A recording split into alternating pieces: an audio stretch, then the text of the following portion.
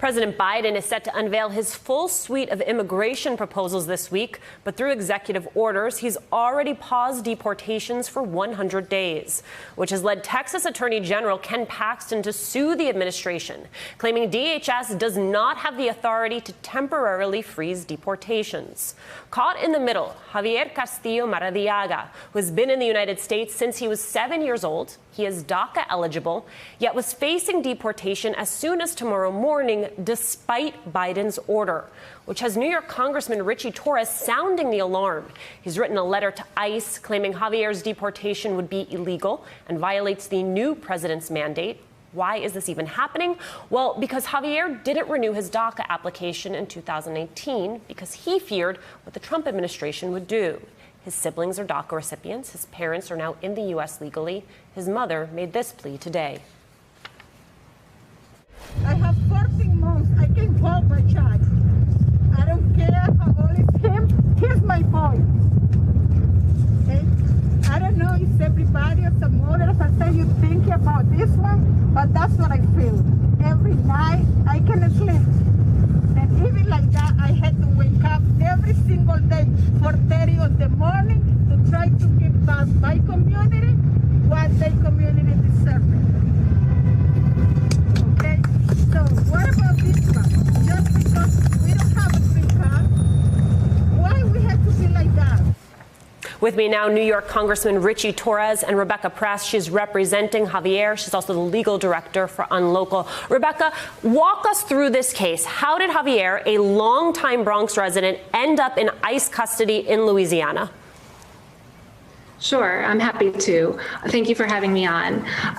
Javier, as we know, has lived in the United States since he was 7 years old. At the age of 9, he was ordered deported.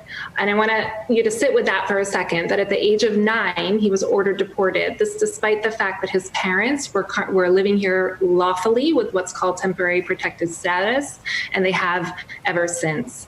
Fast forward a few years, and DACA became a reality through the incredible efforts of undocumented youth, and he was eligible for and applied for that. In 2019, his DACA status lapsed, and subsequent to that, he had an interaction with the NYPD.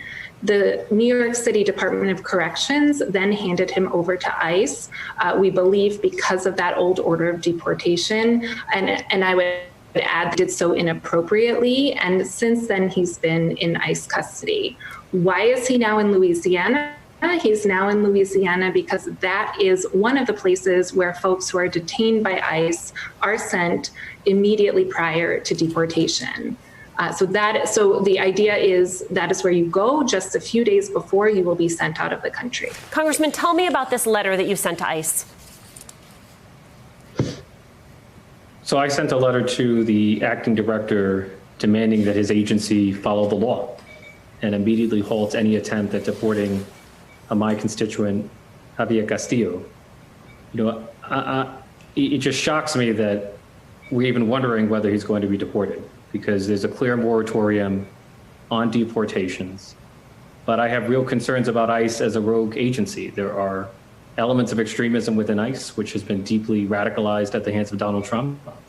And even though Joe Biden is the president of the United States, I do worry that ICE remains loyal to the nativist ideology of Donald Trump. So ICE cannot be trusted to police itself. It has to be carefully monitored to ensure that it follows the law. So, Congressman, when you talk about ICE as a rogue agency, what do you think it would take in order to correct that? I sat on the Homeland Security Committee, and I'm going to advocate for a top-to-bottom review of the agency. We have to ensure that the federal government, including ICE, is scrubbed clean of Donald Trump's legacy, and that every agency is expected to follow the law. As a member of Congress, I should have conclusive assurance that my constituent is protected from deportation in light of a presidential order, right? The very attempt at deporting Javier in violation of a presidential order is inhumane and immoral and illegal, and it must be stopped immediately. I do want to ask, Rebecca, it is my understanding from you that we have a late-breaking development, which is that Javier is not on the manifest for tomorrow. To me, I'd like you to both explain that, but also underscore sort of how tentative, how touch and go these cases can be. Absolutely. So just before joining this call, I received a call from the Department of Homeland Security assuring me that Javier is not, in fact, on the manifest. And what the manifest is, obviously, is the list of individuals who will be put on a plane and removed to their country of origin. Now, that is it's an incredible relief, but we have been told this before. Since Thursday, I think we've been told 4 or 5 times that he would be removed or he wouldn't be removed. Javier has been told repeatedly, including within the last hour, that he is in fact going to be removed tonight. And I don't want to, of course there could be a miscommunication, but when the miscommunication has frankly, life or death consequences or devastating impact on families, that communication cannot be allowed to occur. So I greatly appreciate the information that he's not on the manifest, but I fear and am troubled by the fact that he continues to be told that he will be removed, and we don't yet have assurances that those individuals who effectuate the removal understand that he's not to be removed. Congressman, I want to zoom way out because we're talking about one individual because this case is imminent, but there are millions of people who live in this country who are waiting for some type of permanent legal status, whether that is TPS, I'm sorry, not TPS, because that is, of course, temporary, whether that is a pathway to citizenship. And that is why, in as much as you have President Biden sending down these executive orders, when you talk about something like DACA, in order for it to be permanently codified, what you actually need is legislation. So can you give us a big picture sense of why this is so critical in this moment, this early in the Biden administration?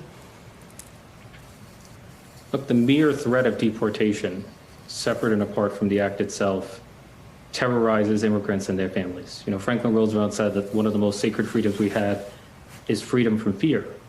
And there are 11 million immigrants in our country who live in fear of deportation.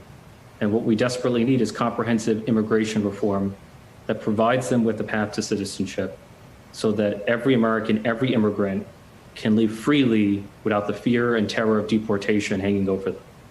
It's about freedom from fear as far as I'm concerned. I mean, there's also a number of different legal processes that we're talking about here, right, Rebecca? We're talking about DACA and about a fear at some point of having renewed DACA because of one administration. We're talking about a 100-day moratorium on deportations. Do you have a sense, Rebecca, of the number of other people who are in this type of legal limbo? Well, I do know that in the Alexandria staging facility, which is where Javier currently is, there are approximately 80 individuals. Beyond that, I would simply be speculating. There are thousands of people who live in the United States under an order of removal. We know this. This isn't news. And I think we need security and safety for all families, all immigrants across this country, even those who are subject to a final order of removal, because, you know, we talked about family separation so much when the horror was happening at the border, but the issue of family separation occurs every single day internally, right? Families are separated all the time, and it has a devastating consequence on them and on their communities. And lifelong consequence, not just temporary consequence. So even those who are subject to a final order of removal need to have a pathway forward. They are productive, wonderful members of society who are part of loving families and loving communities and need to have a pathway forward. Congressman Torres, Rebecca, thank you both so much for your time. Hey, thanks for watching our YouTube channel. You should know that you can follow today's top stories and breaking news and catch up on your favorite MSNBC shows all in one place. Download the NBC News app today.